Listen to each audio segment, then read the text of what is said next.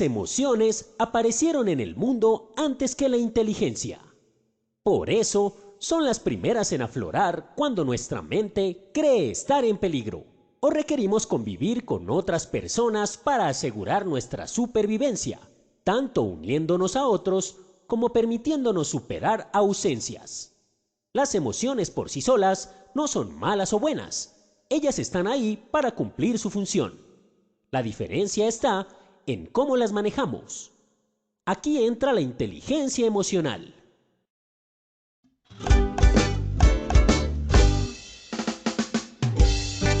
Todos tenemos dos mentes, una que piensa y otra que siente. La inteligencia emocional es la capacidad de controlar y regular los sentimientos propios y de los demás. En el trabajo no es suficiente ser productivo, inteligente. Es importante desarrollar habilidades emocionales. Conciencia de sí mismo cuando sabemos lo que sentimos y lo usamos para tomar decisiones siendo realistas de nuestras capacidades y ten confianza en ti mismo. Autorregulación facilitando nuestras emociones sin interferir con las cosas que hacemos, siendo conscientes en la búsqueda de objetivos y ser capaces de recuperarnos del estrés emocional. Todos tenemos dos mentes, una que piensa y otra que siente. La inteligencia emocional es la capacidad de regular y controlar los sentimientos propios y de los demás.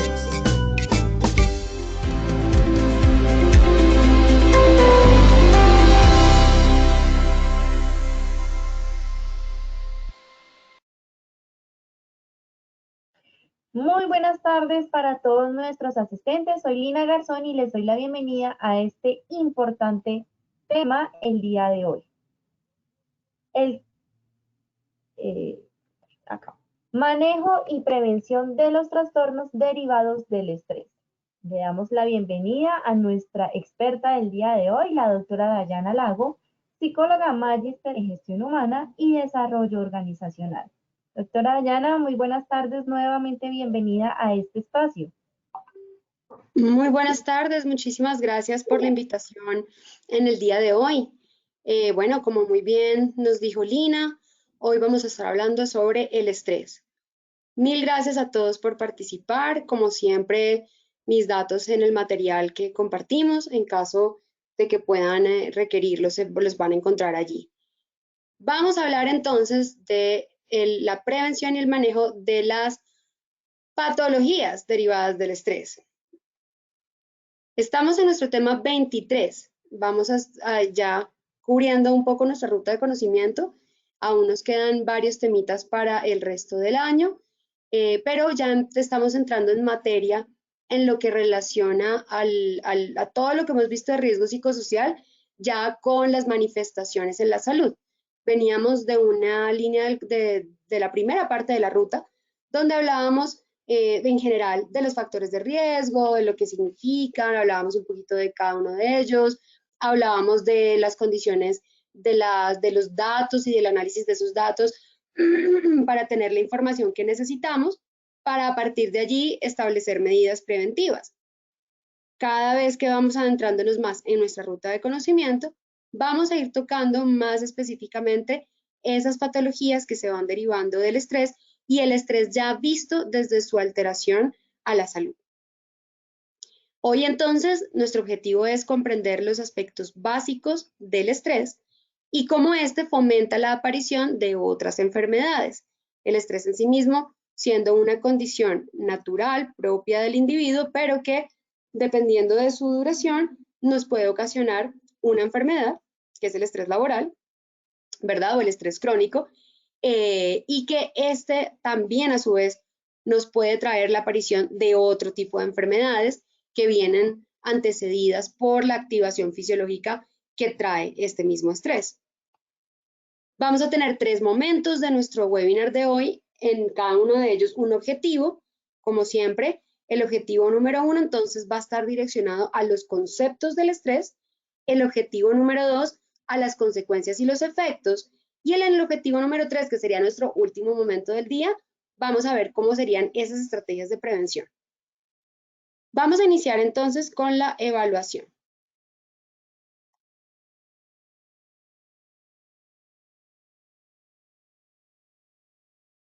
Claro que sí, doctora, muchas gracias. Vamos a realizar el sondeo. Les recuerdo a los participantes que en sus pantallas van a observar las preguntas y tienen la opción de seleccionar la respuesta correcta. Vamos con la primera pregunta. Vamos a ver la primera pregunta. Vamos a esperar un momento a que cargue. Bueno, la pregunta número 1 dice, las patologías derivadas del estrés aparecen porque el estrés A, activa el mecanismo fisiopatológico de cierta enfermedad, B, puede activar el mecanismo de cualquier enfermedad o C, ninguna de las anteriores. Seleccionen la respuesta correcta, por favor.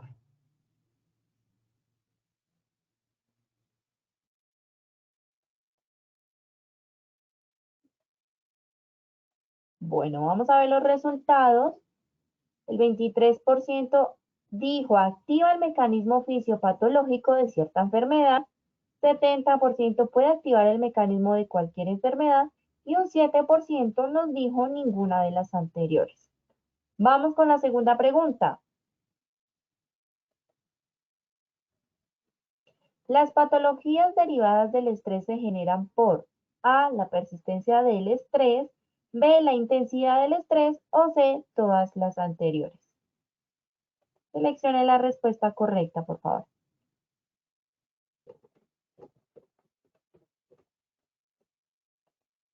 Bueno, y los resultados, el 7% nos dijo la persistencia del estrés, 8% la intensidad del estrés y un 84% todas las anteriores. Vamos con la tercera y última pregunta. Se puede calificar de origen laboral si se sospecha la asociación causal con factores de riesgo psicosocial. ¿Verdadero o falso? Bueno, falso, A, B, verdadero. Seleccionen por favor la respuesta correcta.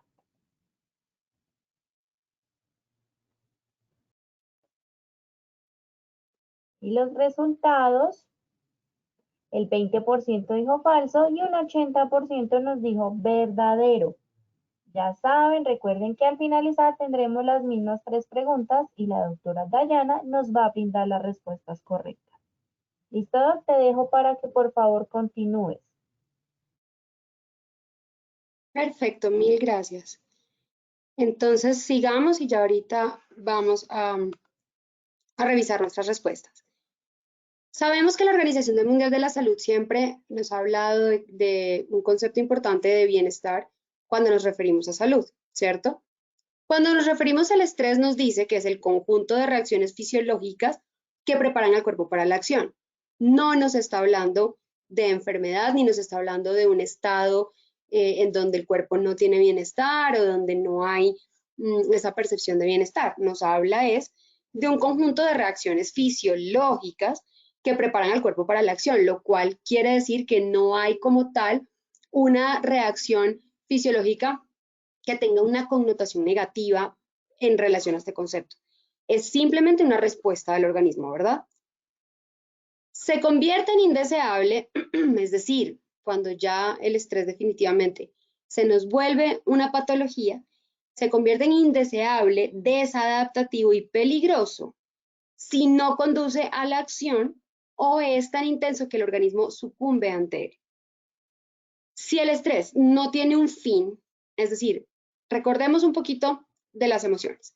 Entonces, una emoción me genera a mí un estado de acción, me está motivando para que haga algo determinado con ese estímulo que me generó esa emoción, bien sea huir o atacar o afiliarme a él en caso de la felicidad, por ejemplo, ¿verdad? El estrés también aparece con el fin de movilizar todos esos recursos internos que tenemos para llevar a cabo una actividad que nos lleve a un objetivo, ¿cierto? Hay un propósito con ese estrés. Cuando ese estrés aparece y no hay un propósito, es decir, no hay una razón, un estímulo claro, una causa clara de ese estrés que yo llego, atiendo, soluciono y se elimina, entonces estoy teniendo ya un comportamiento que no es normal, por así decirlo, del estrés. Ya estoy teniendo un estrés indeseable, ¿sí?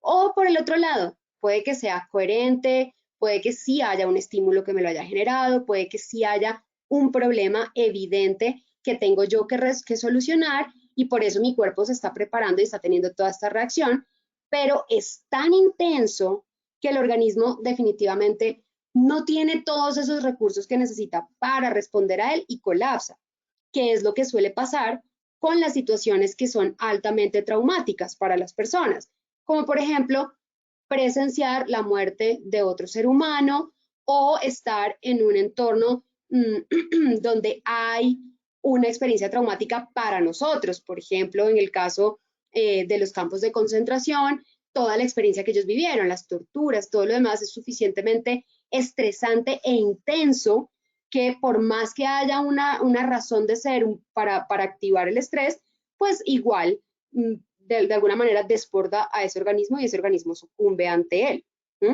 Entonces el estrés va a ser indeseable en esos dos escenarios. Siempre y cuando el estrés tenga un propósito, aparezca la razón, llevemos a cabo la acción y desaparezca el estímulo, pues vamos a tener una respuesta que es absolutamente normal y que es necesaria. ¿Listo? El cuerpo reacciona ante el estrés liberando hormonas.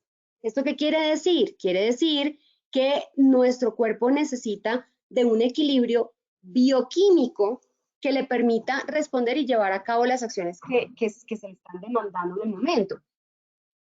Lo cual quiere decir que estas hormonas van a hacer que el cerebro esté más alerta, más dispuesto, más abierto a los estímulos del ambiente para responder a ellos. Y entre esas respuestas están los músculos, está todo nuestro sistema cardiovascular, gastrointestinal, que está hiperactivo produciendo todas estas sustancias que nos van a permitir responder activamente. Por ejemplo, en los casos de supervivencia extrema, cuando hay un estrés por posible pérdida de la vida, donde las personas dicen, yo no sé de dónde saqué fuerzas, pero yo logré mover el carro, atajar el carro con mis manos y salvar a mi hijo que estaba entre el otro carro y mi cuerpo y el otro carro que venía. Lo hemos escuchado varias veces, ¿no? Entonces, ese tipo de reacciones son producto de toda esta preparación hormonal y de toda esta reacción que tiene el organismo hormonal para poder responder a la situación. Gracias al estrés podemos decir entonces que reaccionamos de manera increíble a situaciones que nunca nos hubiéramos imaginado en otra circunstancia que hubiéramos podido ejecutar o llevar a cabo. Bien, entonces esto ya nos empieza a decir cómo es importante que entendamos el estrés como algo que es bueno también para el cuerpo, no solamente como un aspecto negativo que nos pone en riesgo en salud por motivos ya de enfermedad laboral, por ejemplo. Tenemos entonces dos tipos de estrés, el eustrés y el distrés. El eustrés es el que conocemos como estrés positivo. Es el que aumenta la capacidad de rendir, mejora nuestras habilidades, todo esto que estábamos conversando, sobre todo ese ejemplo que les acabo de poner. El distrés, por su parte, nos está indicando que hay un desajuste entre la demanda y los recursos que tiene la persona para responder. En el eustrés tenemos los recursos, funciona bastante bien. En el distrés no funcionan tan bien, ese desajuste me está impactando negativamente y tengo las de perder en esa situación. En el eustrés la percepción es placentera, mientras que en el distrés la percepción es de amenaza. En el eustrés se estimula la actividad y la energía, el pensamiento se agudiza, la atención se focaliza, la memoria se vuelve en ese momento nuestro recurso más importante para rescatar experiencias parecidas previas, para saber qué tengo que hacer ahora. Todo también nuestro entorno cognitivo se pone alerta y es en función de llevar a cabo lo que tengamos que hacer para solucionar esa situación y responder ante el estímulo que nos está generando el estrés. Pero cuando llega el distrés, se nos vuelve todo un poco borroso, hay como un efecto de nube, como de humo, donde no vemos con claridad qué es lo que está pasando y no encontramos entonces cómo resolver adecuadamente el conflicto. Y esa capacidad que se nos nubla, esa capacidad de tomar decisiones que se nos nubla, nos pone en riesgo y comienza a incrementar aún más el estrés y todas estas sustancias que están activamente buscando una manera de sobrevivir y de sobrellevar la situación. Entonces empezamos a tener una afectación ya directa en todos nuestros sentidos, en nuestro cuerpo, en la manera en cómo nos desenvolvemos en cada situación. No somos funcionales, no somos eficientes, no somos efectivos, no tenemos capacidad en ese momento cognitiva suficiente para resolver esa situación.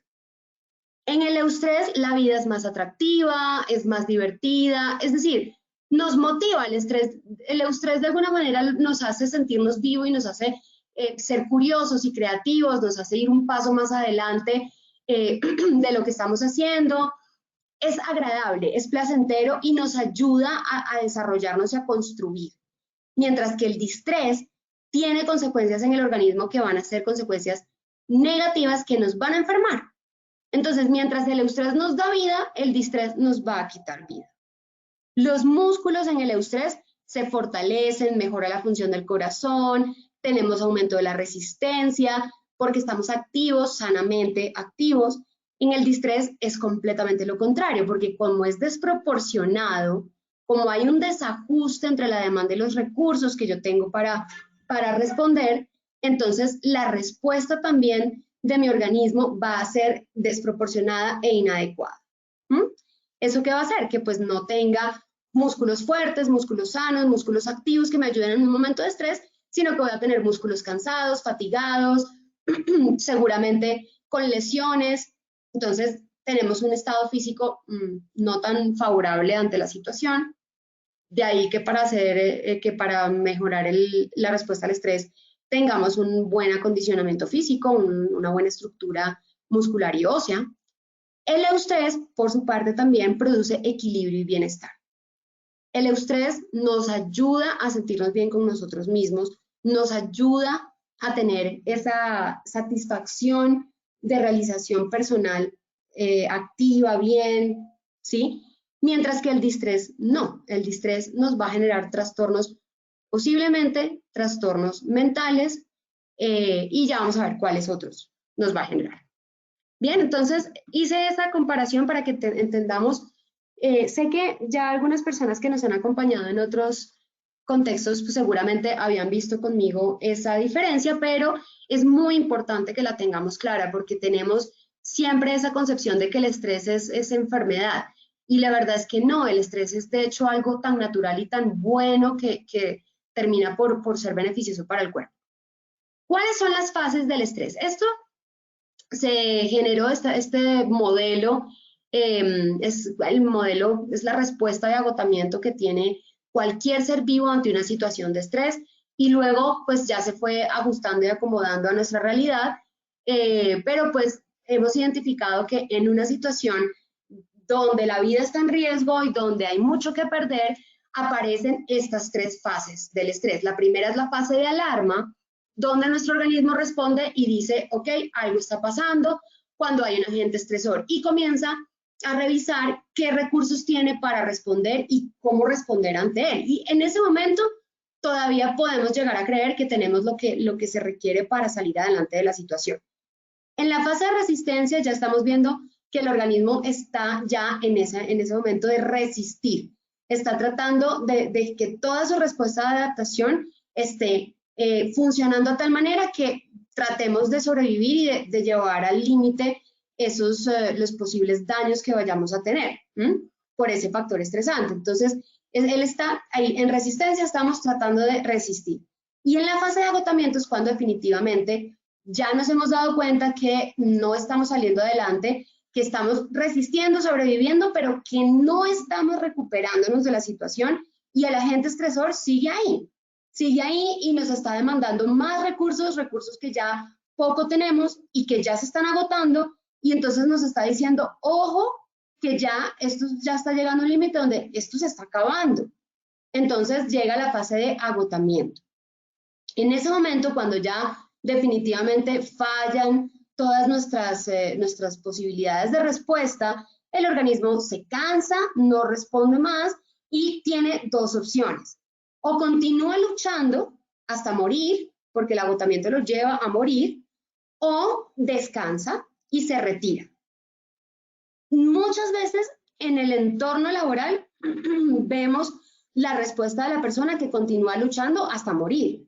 Literalmente, esto no se los estoy diciendo metafóricamente.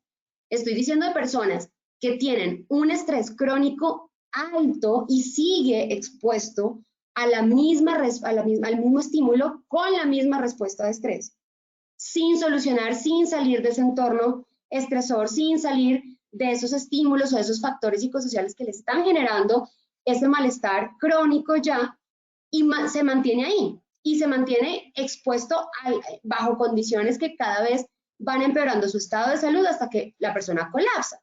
De ahí el síndrome de burnout, y de ahí, eso ya lo vamos a ver cuando tengamos esa maravillosa sesión de burnout, es de donde nace pues también esas historias que conocemos de los japoneses, donde pues definitivamente veíamos ya personas que colapsaban sobre los escritorios por el cansancio que tenían y por la fatiga, porque definitivamente ya pues era tal que morían, ¿no? Que es el famoso karoshi o el síndrome del karoshi, que es la muerte por exceso de trabajo. Entonces, pues, llevándolo al extremo de lo que puede llegar a pasar en la fase de agotamiento, podemos llegar pues a esa consecuencia, y la historia nos ha demostrado, hay estadísticas históricas que dicen que en efecto el ser humano puede llegar a eso. Nos mantenemos trabajando en fase de agotamiento, nos mantenemos resistiendo, pero definitivamente nos estamos acabando, ¿no? Eso es lo que sucede, claro, llevándolo al extremo. Digamos que no llegamos al extremo de morir, pero sí llevamos al extremo a nuestro cuerpo a comenzar a morir. Y comenzamos a tener esas enfermedades que comienzan a dañar pues nuestras neuronas, nuestros tejidos, nuestro tejido, sobre todo los tejidos del estómago, donde empiezan las gastritis, comienza entonces a tener úlceras que ya empiezan a requerir pues un tratamiento mucho más agresivo, porque pues estamos matándonos lentamente, matando células de nuestro cuerpo al continuar expuestos a ese estímulo estresor que en fase de resistencia ya nos dimos cuenta que no podemos con él, y sin embargo en fase de agotamiento no nos retiramos del estímulo, sino que seguimos batallando con el estímulo. Eso es lo que pasa con las fases del estrés, y por eso es que terminamos desarrollando patologías derivadas del estrés. Entonces, en resumen, hay 4 tipos de estrés: el eustrés y el distrés, que son las categorías, digamos, donde lo vemos como positivo y negativo. Pero luego están otras 2 categorías que ya aparecen de acuerdo al tiempo que dura el estrés, que es el estrés episódico, que es puntual, aparece, tiene una muy breve duración, su naturaleza es esporádica, puede aparecer por determinada situación, y ya, es decir, suceden los efectos, es terriblemente agotador, pero la persona luego de que este desaparece comienza otra vez su periodo de recuperación y comienza a generar nuevos recursos, a restablecer su equilibrio interno y comienza a sentirse nuevamente bien.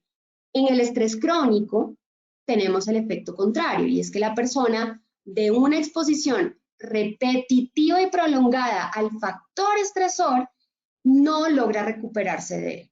Y se mantiene, entonces pasa lo que estábamos hablando hace un momento, se mantiene en fase ya de agotamiento expuesto a ese factor hasta que, bueno, o enfermamos o morimos, porque el cuerpo se agota. Es decir, no hay manera de que esto no llegue a su fin último si seguimos presionando, ¿no?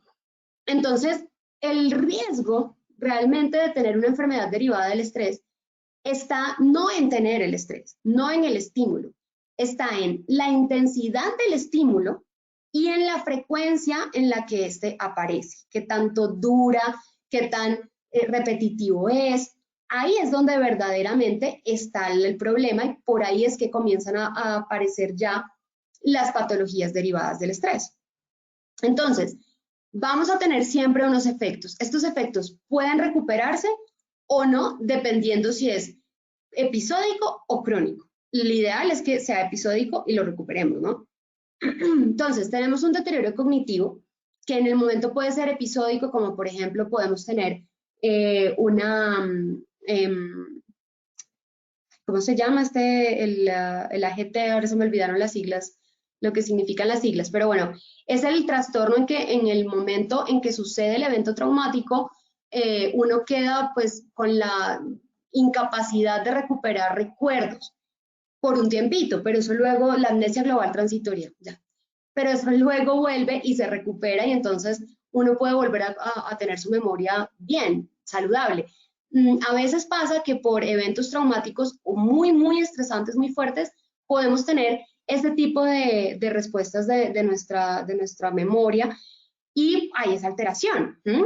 Claro que pues termina eventualmente por recuperarse, pero sí sabemos que el estrés es una de las causas de pérdida de memoria, de afectación de la función cognitiva como tal de la memoria. Sabemos que el estrés, su principal hormona es el cortisol y sabemos que el cortisol intoxica las células del hipotálamo, de los hipocampos, perdón, donde se almacenan o la que esté principalmente implicada en el almacenamiento de los recuerdos. Entonces, el cortisol en exceso, aunque sea una hormona que nosotros mismos producimos, es tóxica para el cuerpo.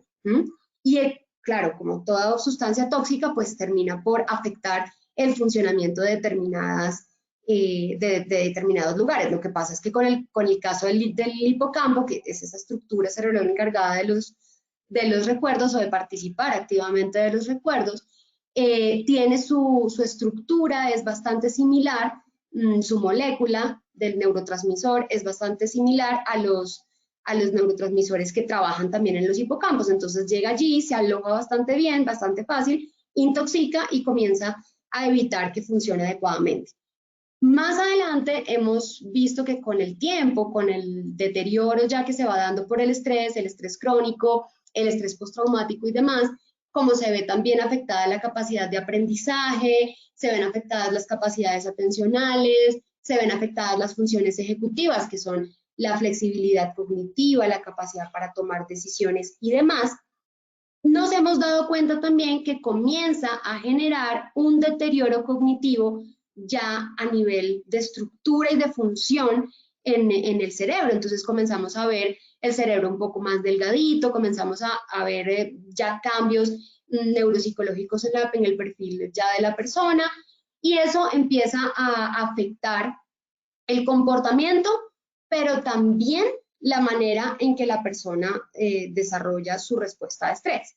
¿Sí? De alguna manera, la inteligencia emocional y van apareciendo los trastornos también del estado del ánimo, comienzan a nublar o a impedir que los procesos de toma de decisiones se den adecuadamente. Si a eso le sumamos entonces el insomnio, que es también característico, pues también vamos a ver que pues, ese es el insomnio, otro factor que me puede llegar a generar un deterioro cognitivo. Cuando hablamos de un deterioro cognitivo leve, pues estamos hablando de los primeros cambios. Dificultades para mantener la concentración, dificultades ya en los niveles de atención más complejos como la atención dividida o la alternante, que es esa capacidad de pasar de una actividad a otra en el momento sin perder el hilo de lo que estábamos haciendo en una o en la otra, o la dividida de hacer dos cosas a la vez, sin perder pues una de la otra. En el deterioro cognitivo leve pues empezamos a ver que esas que son más complejas sí comienzan a costar bastante, pero también se nos empiezan a olvidar ciertas cosas. Empezamos a ver lapsus, como que se me olvidó esto, cómo era esto, qué pasó acá. Eso nos abre la puerta a posibles accidentes también. Entonces, no solo estamos hablando de enfermedades laborales derivadas del estrés, sino que también estamos hablando de posibles accidentes en el entorno laboral, porque pues nuestro cerebro, nuestro sistema nervioso central no está funcionando adecuadamente. Está en este momento pues pasando por una situación donde en efecto sus funciones pues no están a un 100% y obviamente el comportamiento de la persona tampoco, entonces comete errores. Se me olvidó esa parte del procedimiento. Yo que siempre la hago, no sé esta vez qué fue lo que me pasó. A mí nunca se me olvida chequear siempre si la alarma está prendida o si el botón de seguridad está puesto. Y hoy se me pasó. Y hoy se necesitó un solo segundo para entonces tener un accidente y tener la amputación. ¿Verdad? Pasa. Entonces, claro, por el estrés también, como se nubla el pensamiento, nos cuesta mucho más que estas capacidades cognitivas trabajen adecuadamente. Sí, eso es como cuando manejar maquinaria pesada en estado de embriaguez. Todas nuestras funciones cognitivas están comprometidas en ese momento. Entonces, lo mismo pasa con el estrés. Todas nuestras funciones cognitivas en un distrés y en un momento de estrés ya con estrés crónico, con estrés acumulado, pues van a estar comprometidas también nuestras funciones cognitivas, ¿no? Eso es lo que pasa.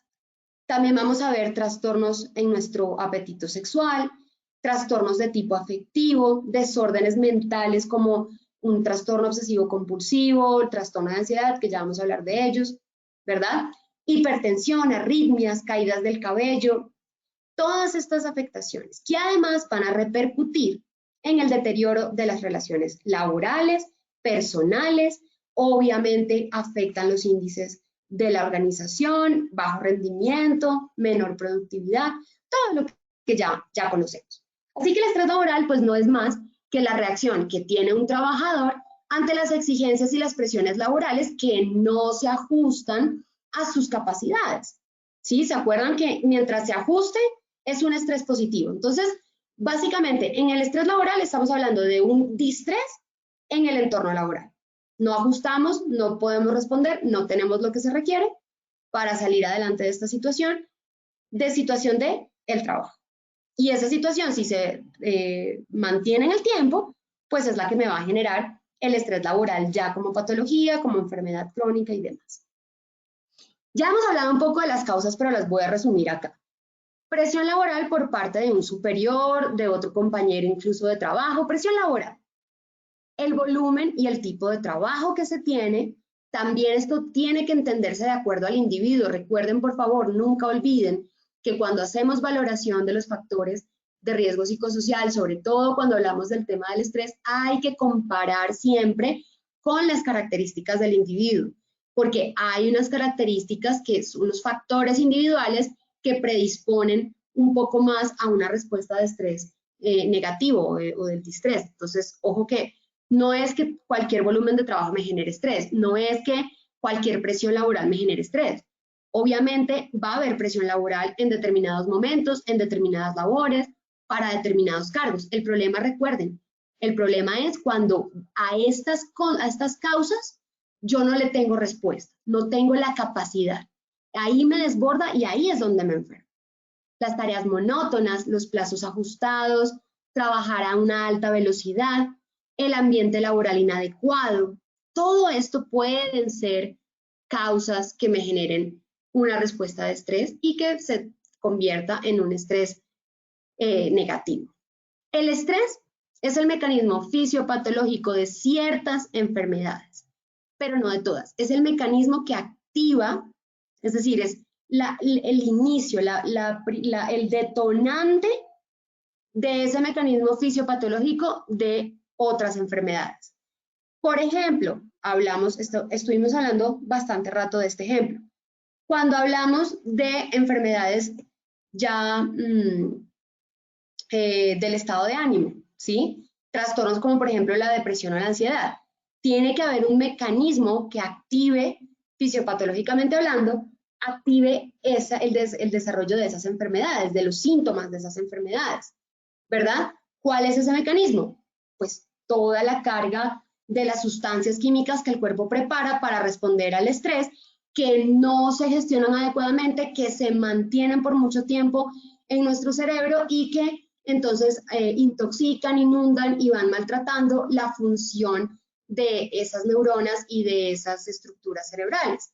Y generan entonces depresión o generan ansiedad. Entonces, por ejemplo, cuando hablamos de la recaptación de la serotonina, entonces vamos a ver que si hay problemas y la recaptación de la serotonina, ¿qué significa la recaptación? Que entre neurona y neurona quede muchísima serotonina en el espacio entre esas neuronas, eso mantiene activa la señal que esas neuronas están recibiendo y no hay nada que la recoja. Y siempre hay serotonina allí inundando ese espacio, entonces siempre está la señal. Entonces, eso eventualmente, si no hay una adecuada recaptación, no hay un adecuado funcionamiento, como se debe dar de manera natural en el cuerpo, pues vamos a estar posiblemente expuestos a trastornos de depresión que me van a generar pues un gran malestar en la persona. Entonces, todo esto viene derivado de cómo el estrés funciona en el cuerpo en términos fisiopatológicos. Recordemos que entonces para hablar del entorno laboral hay unas enfermedades que ya conocemos y sabemos por historia y por los estudios que se han hecho, que pueden tener su causa o más bien que su causa es bastante ligada al entorno laboral y a los factores psicosociales en el trabajo. Por eso, en la parte B, en el anexo B de nuestro decreto 1477, vamos a encontrar esas enfermedades ya clasificadas para nosotros poder decir, ok, esto que le está sucediendo, estos síntomas, este diagnóstico a esta persona, es posiblemente o muy probablemente derivado de la situación de estrés laboral que manifiesta o que se está evidenciando. Y comienza uno entonces a hacer el análisis causal y demás para determinar el origen. Pero hay otras enfermedades que no entrarían dentro de este grupo porque la causa de ellas no es fácilmente relacionable con los factores de riesgo psicosociales presentes en el ambiente y con la respuesta de estrés que la persona está manifestando. Si en caso tal hay alguna patología que no esté dentro de la tabla de enfermedades, pero que sospechemos que tenga una asociación causal con estos factores de riesgo, pues habría que entrar a buscar esa asociación. Por ejemplo, hasta el momento nosotros no tenemos el Alzheimer dentro de de patologías derivadas o una demencia. Pero ¿qué tal si el día de mañana, dado que el estrés laboral tiene tanta influencia en el funcionamiento del sistema nervioso central, qué tal si el día de mañana a largo plazo encontráramos una patología que deba ser calificada como origen laboral por una persona que haya desarrollado una demencia presenil?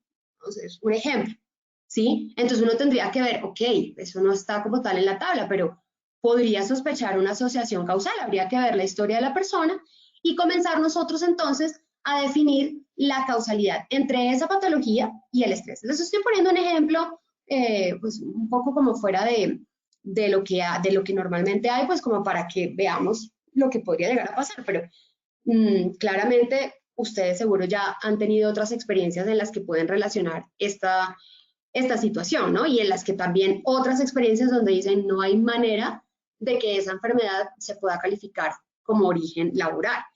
Entonces, ¿qué se hace? Se define la causalidad a partir de la evidencia científica que hay que hacer obviamente la investigación al respecto, la descripción de la patología, la participación del estrés en esa patología, es decir, cómo el mecanismo del estrés, el mecanismo fisiopatológico del estrés, es a su vez el mecanismo fisiopatológico de esa patología, así como estamos hablando en este caso del deterioro cognitivo.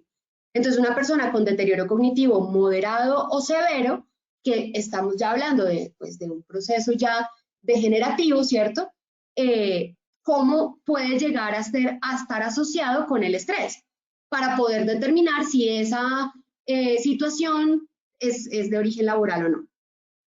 Y finalmente hay que describir los factores de riesgo psicosociales que están en el momento presentes o que estuvieron presentes en la historia ocupacional de la persona documentarlos y documentar también la estadística que se asocia esos factores psicosociales a la patología. Entonces, cómo esos factores psicosociales en efecto me generaron el estrés y me generaron ese daño que estamos tratando pues de evidenciar, pues, de definir. ¿Cuáles son esos daños o efectos en la salud que vamos a tener derivados del estrés que más se presentan, los que conocemos muy comúnmente? El síndrome de fatiga crónica, tal vez lo pongo de primeras porque ese es el primero que vamos a sentir. La fatiga visual, vamos a tener muchas alteraciones visuales. De hecho, vamos a tener más adelante una sesión dedicada al estrés y la salud visual también para revisar cómo se puede ver afectada esta parte, pero en efecto la fatiga visual es una de las que más se va a ver afectadas. Patologías osteomusculares, alteraciones gastrointestinales, trastornos mentales y del comportamiento, que ya vamos a ampliar allí la lupa, alteraciones cardíacas y resfriados o cualquier otra infección viral que pues suele suceder también porque bajan un poco las defensas y se ha afectado nuestro sistema inmune.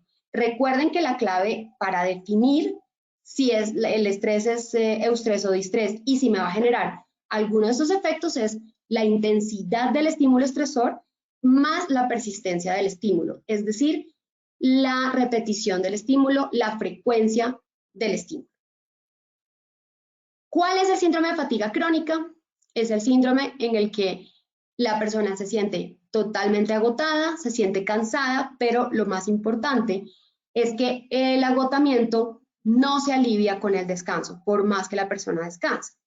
Y eso obviamente hace que toda su productividad disminuya, hace también que aparezcan otro tipo de síntomas como el dolor muscular, la fiebre incluso, y comenzamos a tener pues personas que pues van a verse afectadas en general en su autoestima, en su motivación, en su satisfacción laboral y van a buscar abandonar con rapidez la tarea o el entorno en el que se encuentra sumido que le está generando este cuadro de fatiga crónica.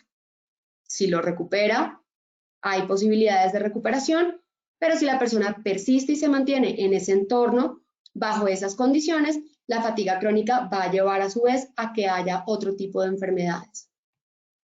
Los trastornos de ansiedad, que se caracterizan por tener algunos síntomas como la sensación de nerviosismo, agitación o tensión, la sensación de peligro inminente. Ojo, hablamos de sensación, no es necesariamente que el estímulo que me genera esa sensación de peligro esté presente o el pánico. Simplemente es la sensación de que algo va a pasar, que va a ser peligroso, que va a generar ese pánico o catastrófico. Aumento del ritmo cardíaco, respiración acelerada, sudoración, ¿sí? Todos estos síntomas del trastorno de ansiedad que pues conocemos y que sin duda alguna sí se pueden ver relacionados con el estrés laboral. Estos que les estoy mencionando acá hacen parte de nuestro decreto. El trastorno depresivo recurrente o la distimia más que el trastorno depresivo mayor, la distimia es una sensación como de depresión, pero la persona sigue siendo funcional. Es una depresión donde la persona no termina por evitar sus actividades o por aislarse del todo o definitivamente no hace ni siquiera las actividades más básicas, sino que sí lo hace, es bastante funcional, pero tienen estos síntomas igual de tristeza, de sensación de vacío, de desesperanza, cansancio, fatiga, falta de apetito, problemas para dormir, sentimientos de culpa, preocupaciones por el pasado. Tienen estos síntomas que son propios de la depresión, pero es como un estado de ánimo, como una incomodidad, un malestar que siempre está allí, pero la persona continúa de alguna manera haciendo su vida, ¿sí? Llevando a cabo sus actividades. Está la reacción de estrés grave y los trastornos de adaptación. Esos trastornos de adaptación pues nos van a generar una dificultad para estar, digamos, en equilibrio o estable dentro de su entorno. Es un malestar subjetivo. Y las personas que tienen este trastorno de adaptación, pues terminan siendo producto de un evento pues, que fue traumático para ellos, una respuesta a una reacción de estrés ya muy grave, o sea, de un estrés fuerte. El estrés postraumático, que se parece al estrés grave o el trastorno de adaptación, pero pues que también viene de un evento puntual donde la persona ha experimentado o ha presenciado un acontecimiento que fue traumático para la persona y genera un temor o un horror intenso. Esa es la diferencia, digamos, con el otro, que el otro es un estrés grave, pero este es ya posterior a un evento, a un hecho puntual.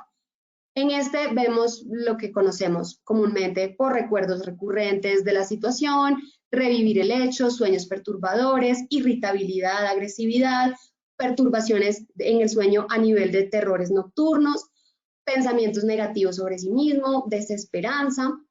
Este, lógicamente, está claramente relacionado con la actividad laboral, es decir, se puede encontrar fácilmente la causalidad allí. Y bueno, para gestionarlo necesitamos tener un buen plan de prevención del riesgo psicosocial. ¿Por qué? En la medida en que nosotros hacemos una muy buena gestión de los factores que me pueden generar el estrés, pues vamos a eliminar esa causa o esa fuente que me va a facilitar ese mecanismo fisiopatológico para que aparezcan otras patologías. Entonces, como saben, nosotros tenemos este ciclo, que es un ciclo maravilloso para atender todo lo respectivo a la salud psicosocial, donde empezamos por la planeación con el entendimiento organizacional y la identificación de los factores de riesgo. En la medida que nosotros hacemos un buen diagnóstico y un diagnóstico precoz, recuerden la sesión anterior cuando hablábamos de la importancia de identificar rápidamente los síntomas para poderlos atender oportunamente, en el estrés pasa igual. Mientras yo más deje a la persona expuesta al estímulo estresor, la persona se va a agravar. No va a pasar que la persona va a mejorar y se va a sentir mejor y listo, se solucionó. Se va a agravar. Si el estímulo estresor continúa y yo, por más de que lo identifique, no hice nada, la persona va a tener un agravamiento de los síntomas. A veces, o si no podemos reducir el estímulo o eliminarlo, sustituirlo, tenemos que remover a la persona de la presencia del estímulo. Pero en psicosocial no podemos perder tiempo porque aquí una enfermedad ya derivada del estrés crónico, pues me puede estar fácilmente costando la vida de la persona o de otra persona. ¿Vale? Entonces, la identificación de factores de riesgo y factores protectores es fundamental. Y luego ya tendríamos nuestras acciones de intervención, como las conocemos en los diferentes ejes, y nuestro ya eje de verificación.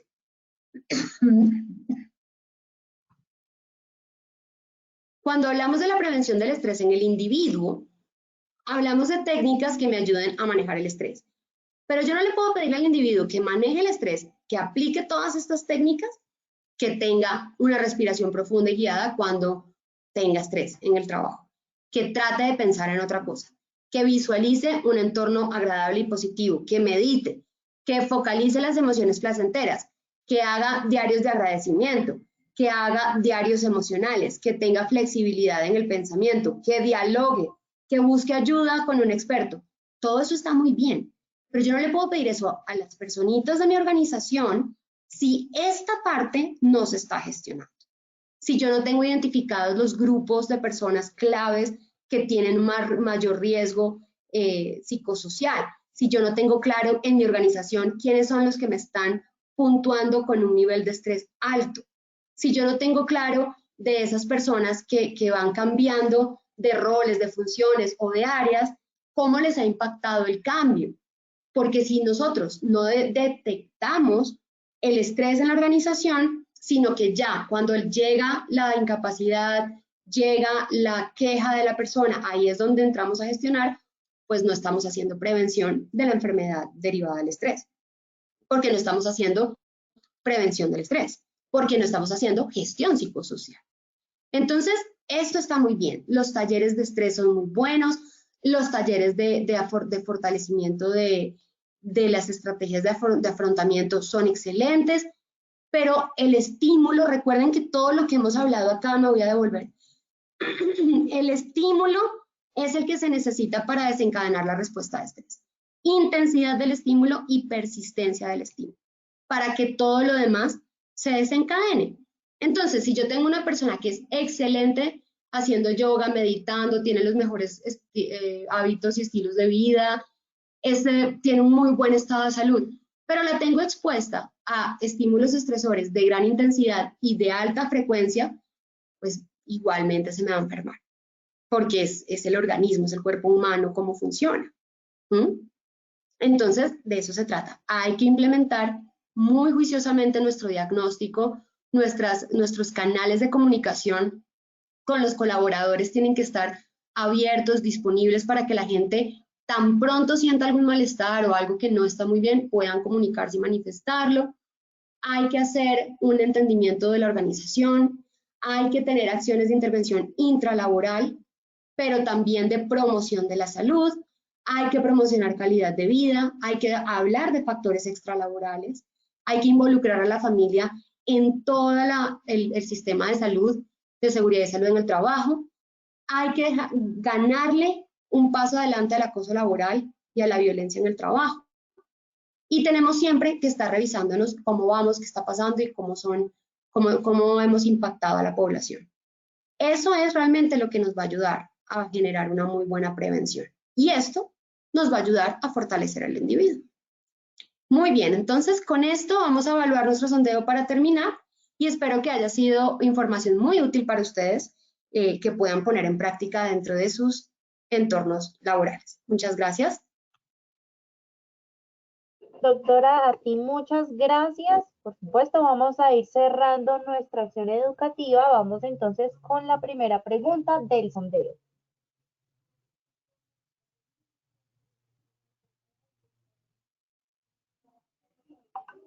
Bueno, la primera pregunta dice, las patologías derivadas del estrés aparecen porque el estrés A, activa el mecanismo fisiopatológico de cierta enfermedad, B, puede activar el mecanismo de cualquier enfermedad o C, ninguna de las anteriores. Por favor, seleccionen la respuesta correcta.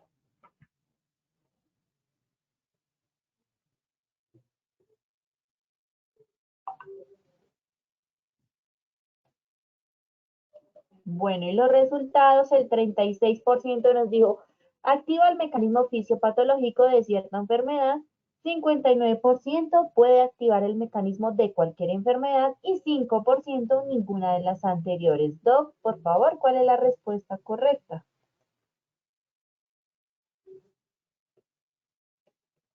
Ay, casi no me activa el micrófono, perdón.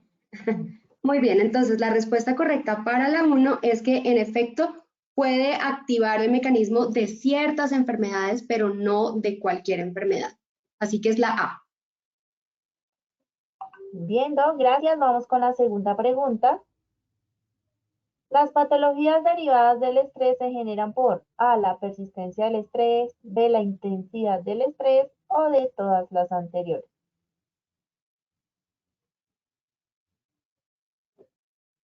Vamos a ver los resultados.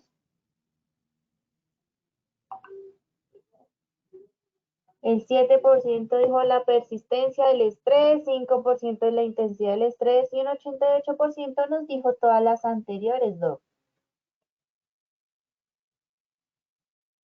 La respuesta es todas las anteriores. Recuerden, persistencia e intensidad. Muy bien, Doc, muchas gracias y vamos con la última pregunta. Se puede calificar de origen laboral si se sospecha la asociación causal con factores de riesgo psicosocial. ¿Esto es falso o es verdadero? Seleccionen por favor la respuesta correcta.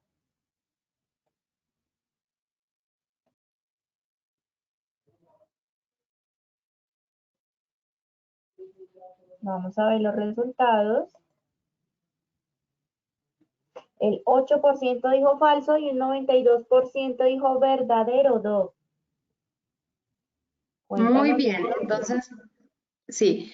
Para la tercera pregunta, la respuesta es, ¿se puede calificar de origen laboral si se sospecha la asociación causal con factores de riesgo psicosocial? Sí, se sospecha, o sea, sí, verdadero. Muy bien, doctora, muchas gracias por habernos acompañado el día de hoy, como siempre, como cada jueves. Y bueno, como siempre, la invitación es a que nos sigas acompañando la próxima semana con más temas de interés. Muchas gracias para todos. También nos vemos entonces en la próxima oportunidad. Que tengan una feliz noche ya. Claro que sí, por supuesto, a todos gracias por su participación. Que tengan una feliz noche. Los dejamos con el siguiente video.